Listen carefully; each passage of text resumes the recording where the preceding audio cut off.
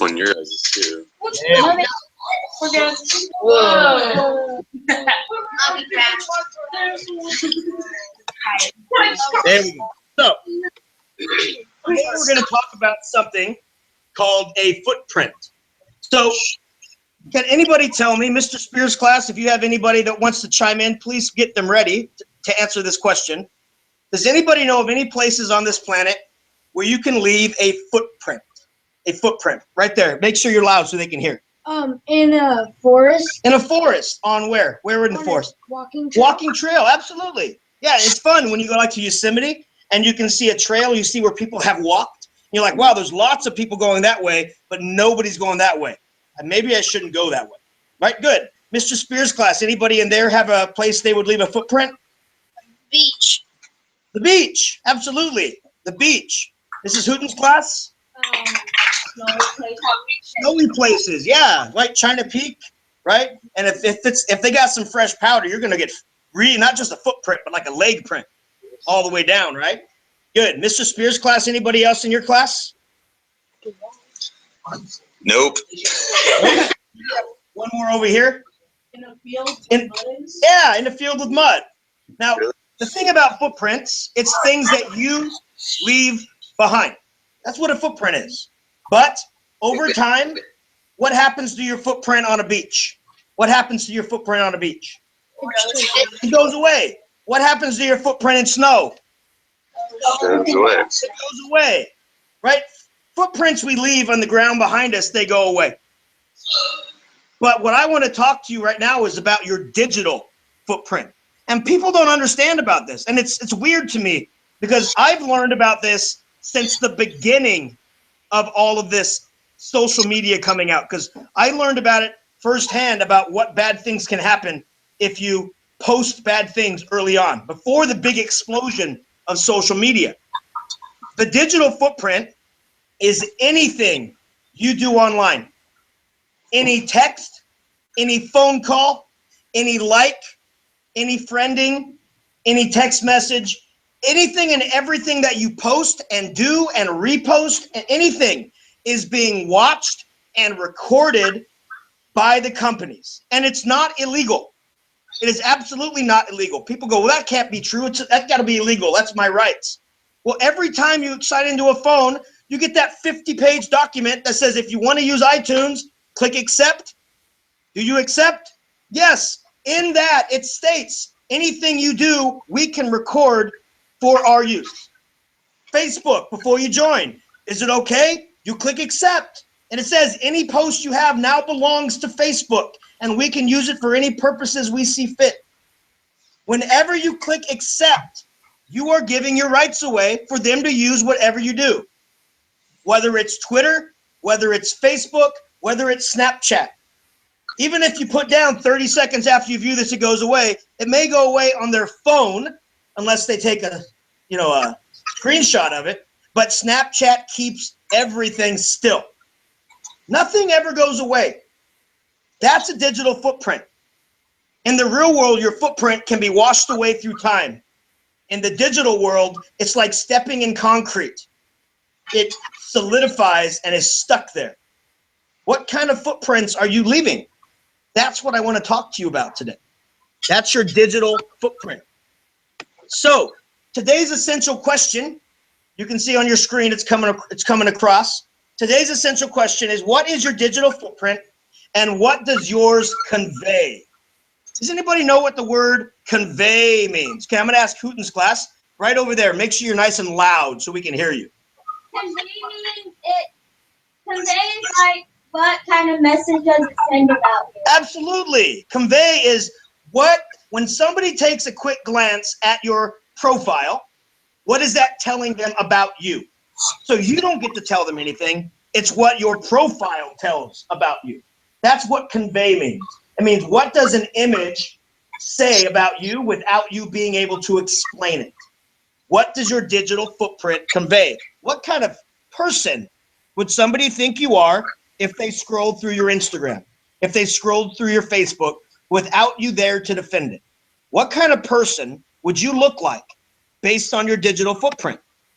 So after this lesson, you're going to be able to understand that you have a digital footprint. And you guys are in an age where you have a footprint since the day you were born, because your parents took pictures of you when you were born on their phone and they posted it to the internet. The moment you were born, even before you can walk, you started leaving footprints. Your age is a complete baby book through your life, and it's being taken by you, your friends, your parents, and your relatives. You're going to understand that you have a digital footprint, whether you like it or not. You're going to also recognize that people's information online, it's either going to help you or hurt you. And it all depends on how you mold your footprint. And you have to start molding it now. You can't go back in time and change the pictures you post. You can't go back in time and take away a comment that you made. You can't go back in time and erase it. It is there forever. Forever. You understand what I'm talking about? Okay? And then finally, consider your own digital footprint and the footprint you want to leave for the future. That's the thing right now. I know your age, 7th grade, you're not thinking about the future. Most of you aren't. Future meaning future, like college and job. You may be thinking about what ice cream you want tonight or where you're going to go after school. I mean, the immediate future, you're probably thinking about how much longer is this class going to be, right? So you might be thinking about the immediate future, but you're not thinking about the long-term future. Because understand, I mean, you're going to start seeing, starting now, in 365 days, between now and the next presidential election, you're going to start seeing a lot of dirt being dug up. A lot of things that candidates may have done or may not have done. A lot of things that candidates may have posted or may not have posted.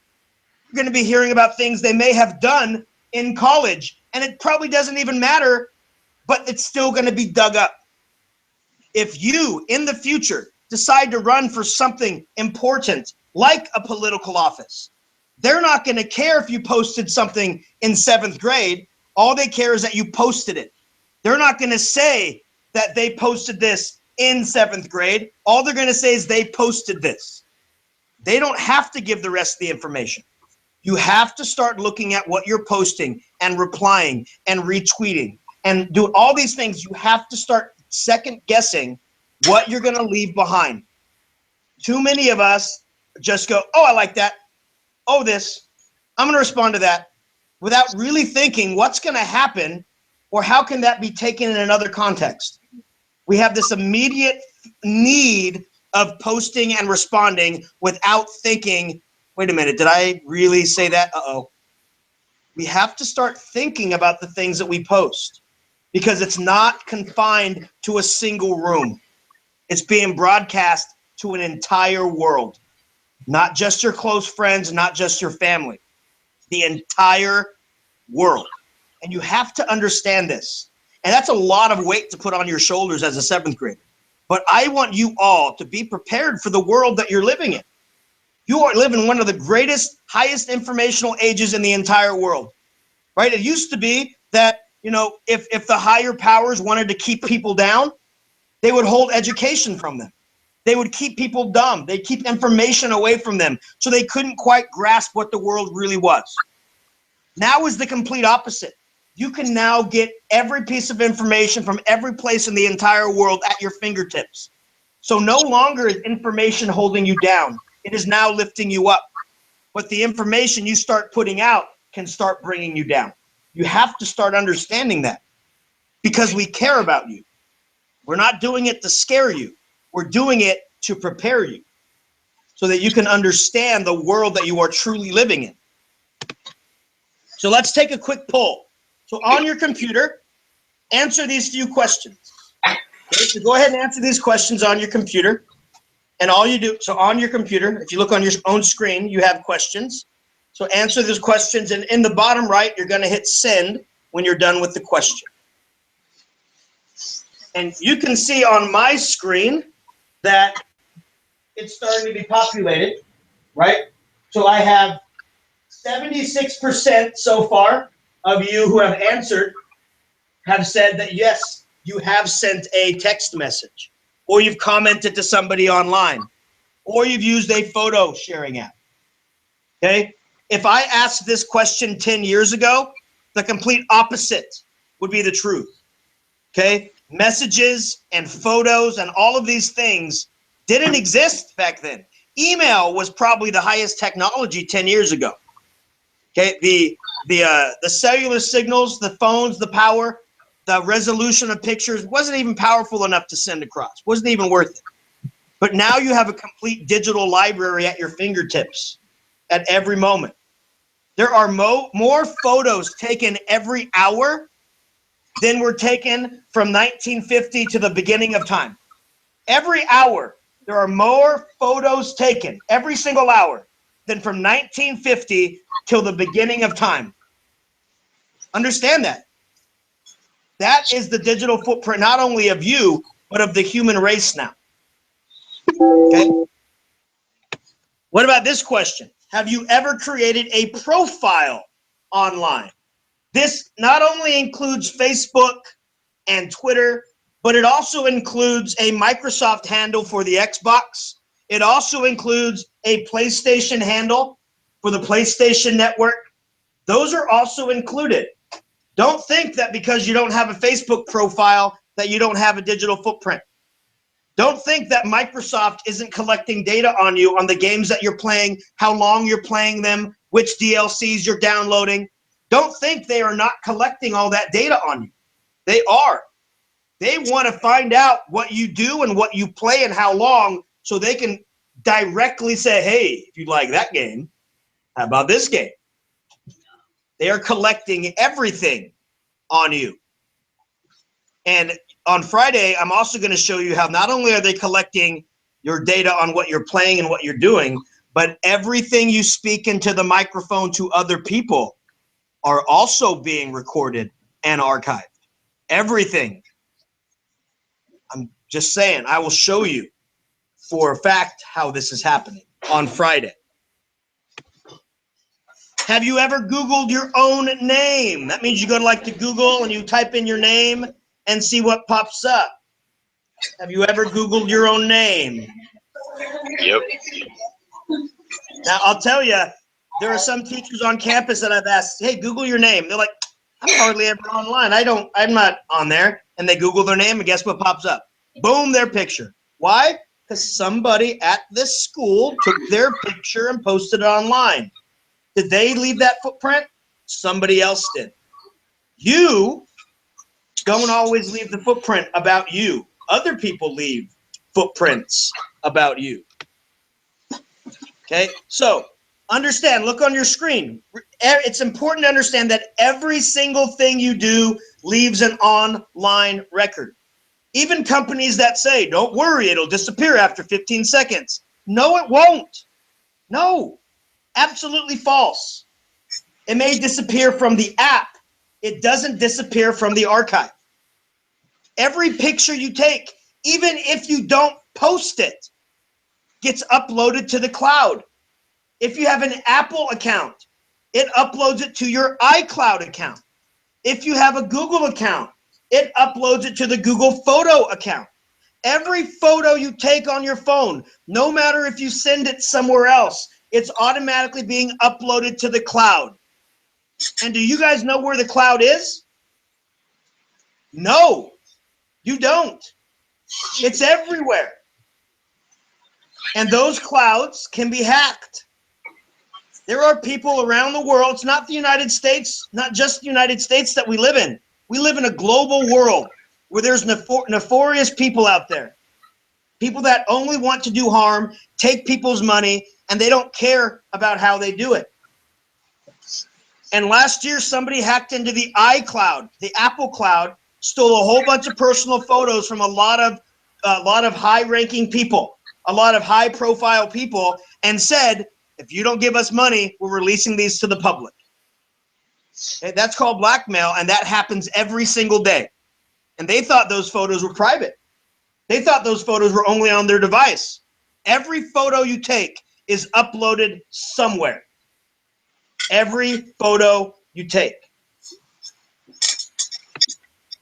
So you need to understand what these terms are. So with these slides, you can actually scroll through. Okay, you can go up and scroll through. So the digital footprint Goes through.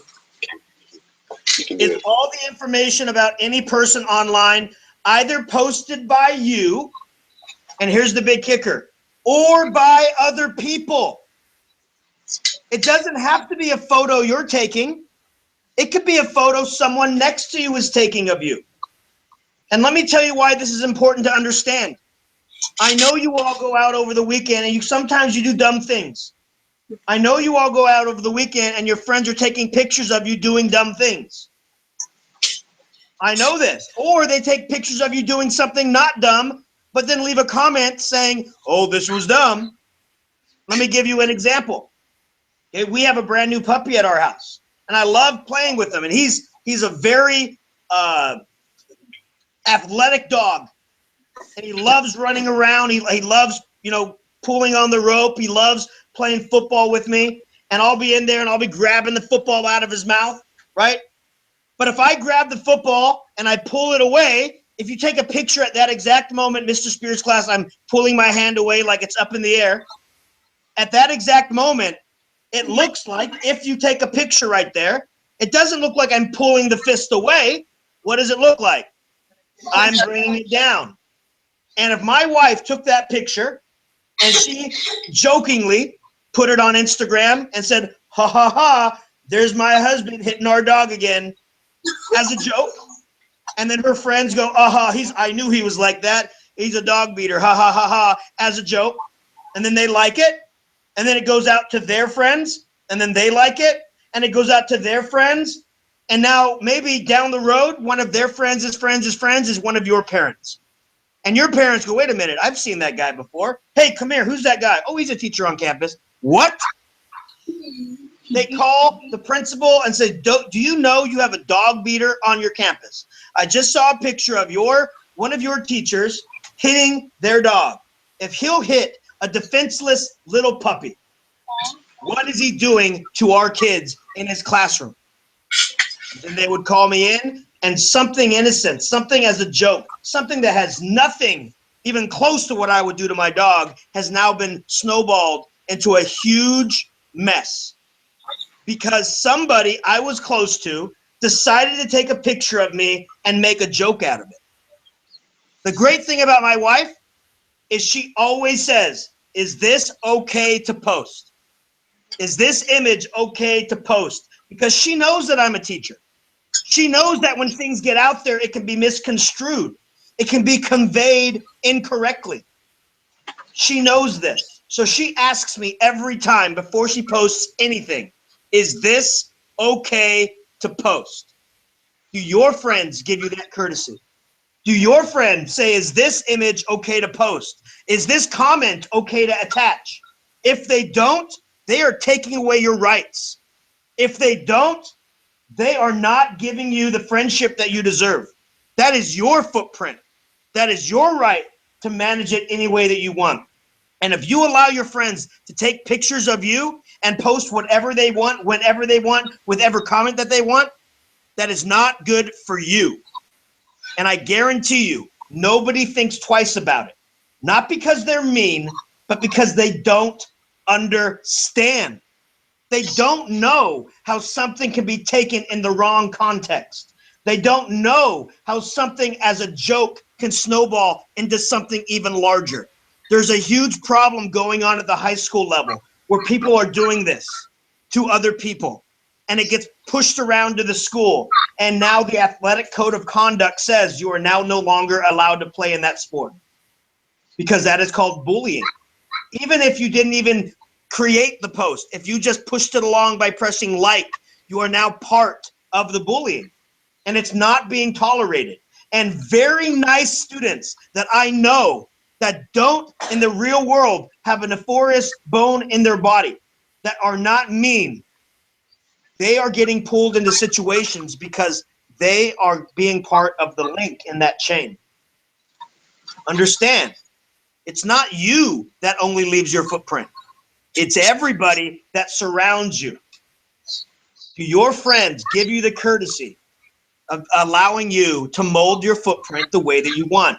Or are they just taking pictures and posting whenever and however they want? Imagery. Imagery is what you post that you have no control over what other people think of it. They don't have the context behind your images or your pictures. They may not understand your humor when you post things, and they can take it the wrong way. We have to understand this at an early age, because as you know, junior high can be a very, very scary place. It can be a jungle that you have to wade through every single day. You know some people, or you may be this person that comes to school wishing they didn't have to. Not because they don't want to learn, but because they don't want to be bullied. When I was younger, if you were bullied, at least when that bell rang, you can go home, sit in your room, and you felt safe. Not anymore. Now when you go home, the bullying continues. The bullying goes through the social networks, whether they're viewing it or not. We have a lot of students now because we have people that don't care about other people's footprints. A lot of people that are going through a lot of troublesome times because we don't have enough people understanding what they're doing, even though they think it's a joke, is not a joke to other people. We have to understand this. So we're going to watch a quick video, and it's going to appear on your screen as well. So you don't have to watch my screen, or Mr. Spear, you don't have to watch the screen. But I want you to watch the imagery, okay? And I want you to see how that image is conveyed for the rest of the world. So I'll give you an example. There's going to be an image of a lighthouse that is searching. Think about what that lighthouse represents in the digital world. So every image I give you, I want you to think how that image is connected to your digital world. So watch this video.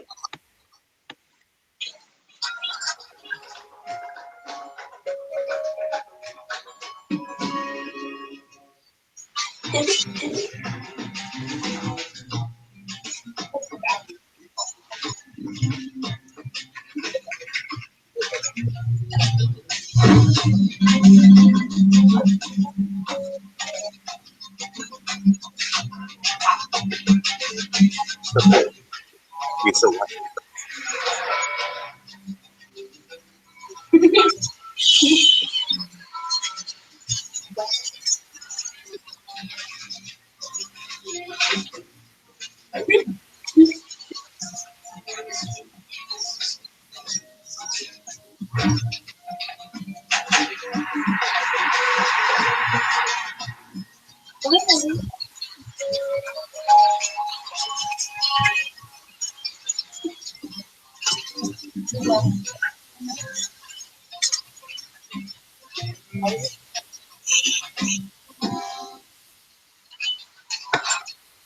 So we're going to start in your groups that you're already in. So I want you to talk to your group. I want you to talk about the imagery that you saw, and I want you to discuss with each other what you think each image represents in the digital world. Okay, so I want to give you about 3 minutes to go over all the different images you saw in that video and say how they're represented in the digital world. Okay, think, pair, share. I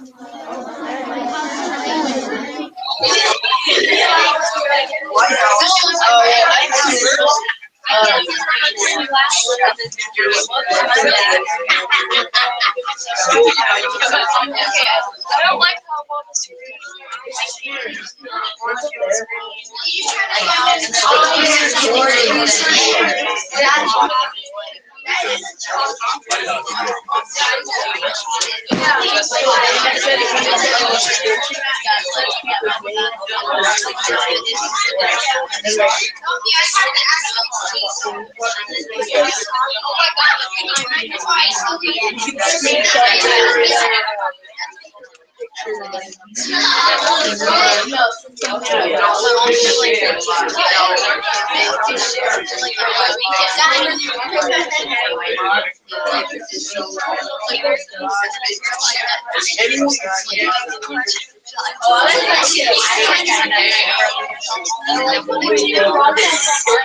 You now. Yeah, you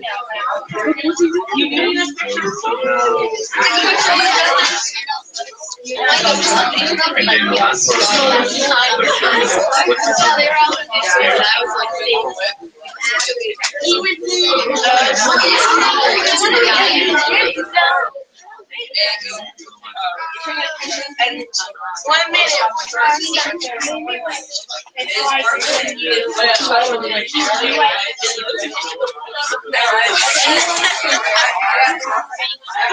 I was really good to this.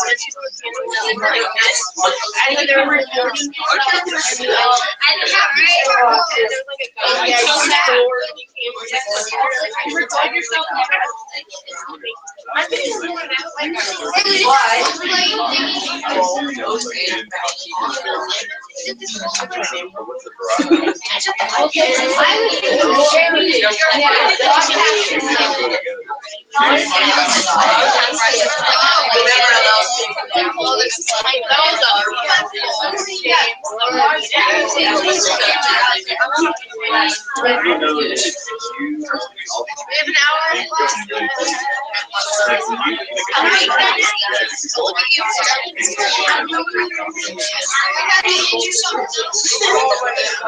It's showing me.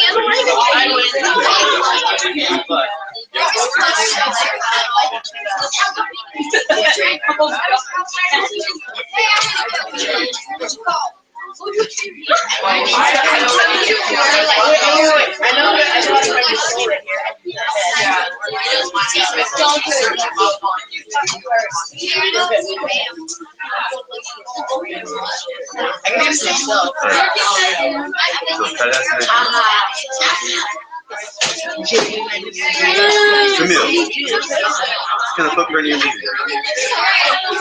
Pick it up.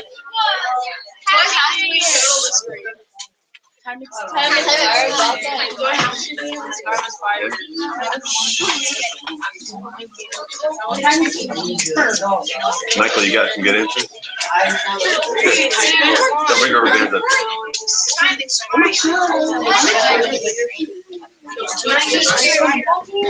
All right, so Mr. Spears' class, we're going to jump right back on track. All right. All right, so now that we've talked about it with our groups, we're going to go over this together as a class just really quick. So we're going to go back and forth between Hooten and your class. So Hooten's class is going to talk to us about the lighthouse, and then your class is going to talk to us about the copying and whispering. So Hooten's class, remember when you answer, make sure you speak loud so we can hear in Spears' class. What did the lighthouse represent? So the lighthouse was like the iCloud, like the cloud, and then the boat, it was like the cloud was searching, and then the boat, it was the new information is getting sent to the cloud. Yeah, very good. Yeah, so that's good. So we said that the lighthouse was like the cloud and searching, and then the boat was bringing in new information to the cloud. Anybody else have another take on it? I think that the lighthouse is like the search engine that we have in or something, like if they're searching for something. Absolutely. That's another great one.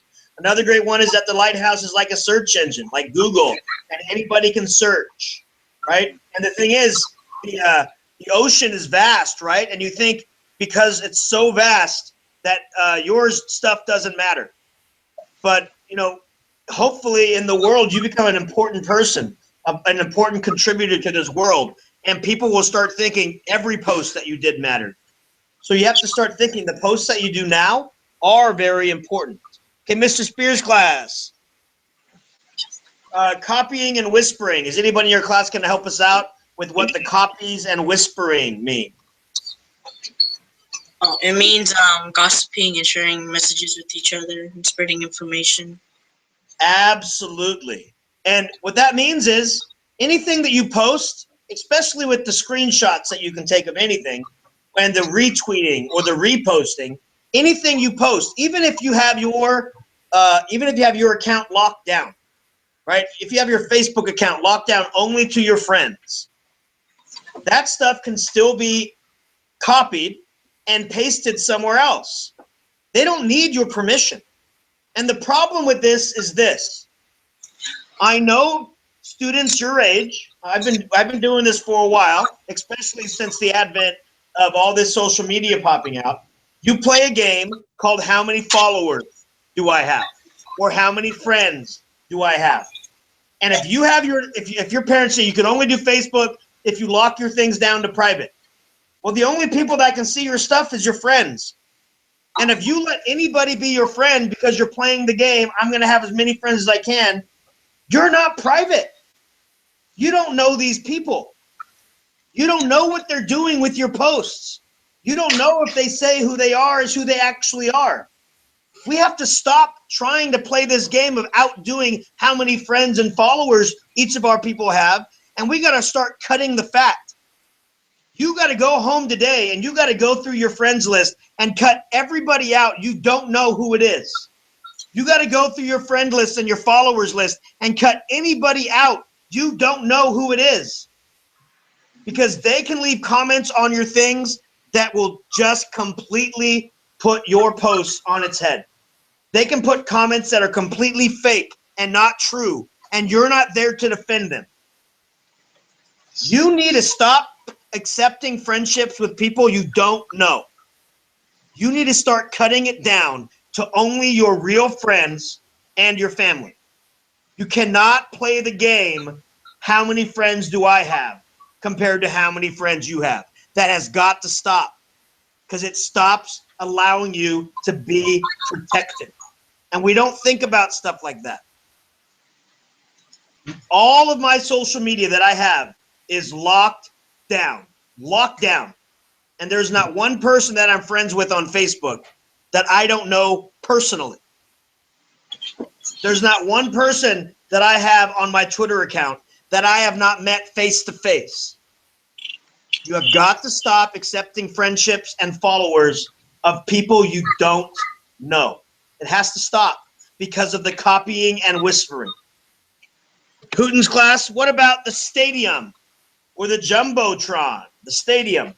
That kind of represented, like, if your account is not private, how anyone can see it, like how some people make like YouTube videos, how anyone can see it. Absolutely. The stadium and Jumbotron represents that it's being broadcast to everybody. Everybody. And here's the thing, guys, you have to understand this. I know at your age, you think, oh, you know, if something happens, my parents will help me. If something happens, my parents can make a phone call and make it all better. That is not true. It is absolutely not true. If you decide, okay, and I'm gonna be really frank with you. If you decide, oh, I'm in love, right? And a lot of you giggle because like, that's fine. But if you in the next few years, you're gonna think, oh, I'm so in love, and you decide to take a picture that is inappropriate, and you send it to that person privately because you think you're in love. That's it. That's not going to be stopped at that one person. It's not. No matter how much you trust that person, because you're always going to have a fight. You're always going to have a falling out. You're always going to break up. And those are not private. And they get copied and posted and broadcast to the world. And that is something your parents cannot stop. They can't call the school and say, have them stop. They cannot call the school and say, get that picture back. Once it's out there and being broadcast to the world, it is out there. And the problem is there's more and more students getting younger and younger, your age, that cannot come back to school. Not because they're kicked out, but because of the shame that they feel, because of the ridicule that they feel. They have to move out of town because the entire district has access to this. Every student. And there are people your age that decide it's too much and they take their own lives. I'm frank with you because this is happening all over the country. because of one mistake somebody made and they couldn't take it back. We have to understand this. And we're saying this not to scare you, but because we care about you. And we want to make sure you're making the right decisions. And I'll say this one, the permanent marker. You can't erase it. Time does not erase what is on the internet. Time will not get rid of it. And we're going to end today with this last statement. Okay. Next week, we're actually going to be looking at two different people's profiles and two people you've never met. And I'm going to ask you, tell me who do you think is more trustworthy based on their two profiles, people you've never met, so that you can see the power of a digital footprint. That's what you're going to do next time. But I want to leave you with this based on the imagery that we saw. The permanent marker is permanent now. In the past, as time goes by, memories fade. And there is a great athlete in this world. His name is Randy Moss. Does anybody know who Randy Moss is? Right? He's a football player drafted to the Minnesota Vikings. And, then he was traded to the Patriots. And he and Tom Brady became one of the best receiver quarterback duos of all time. And then he ended his career with the 49ers, mentoring some of the younger receivers. And now he's a well-respected veteran of the NFL. Well, when he was in high school, he went to a very racist high school. Very racist. And one day his friend said, I can't take this anymore. This kid is writing racist comments on our desks. We have to take care of it. The administration is not. We have to take care of it. And they found this guy after school and beat him up so bad, he was in the hospital for weeks. He and Randy Moss were arrested, sentenced to jail. Randy Moss lost his scholarship to Notre Dame, all because of that decision. But as time went by, people forgot the severity of that beating. People forgot that moment. They didn't forget what he did, but as time passed, the severity of that beating got lost. And he was eventually given a scholarship to Florida. He got kicked out of that because of another incident that he did. And then he finally went to Marshall University and then got drafted by the Minnesota Vikings. But enough time had passed where the colleges were like, well, it's okay. In this day, that will never happen ever. Because when that beating occurs, guess what everybody is doing? They are recording it. They are taking pictures. They are posting it.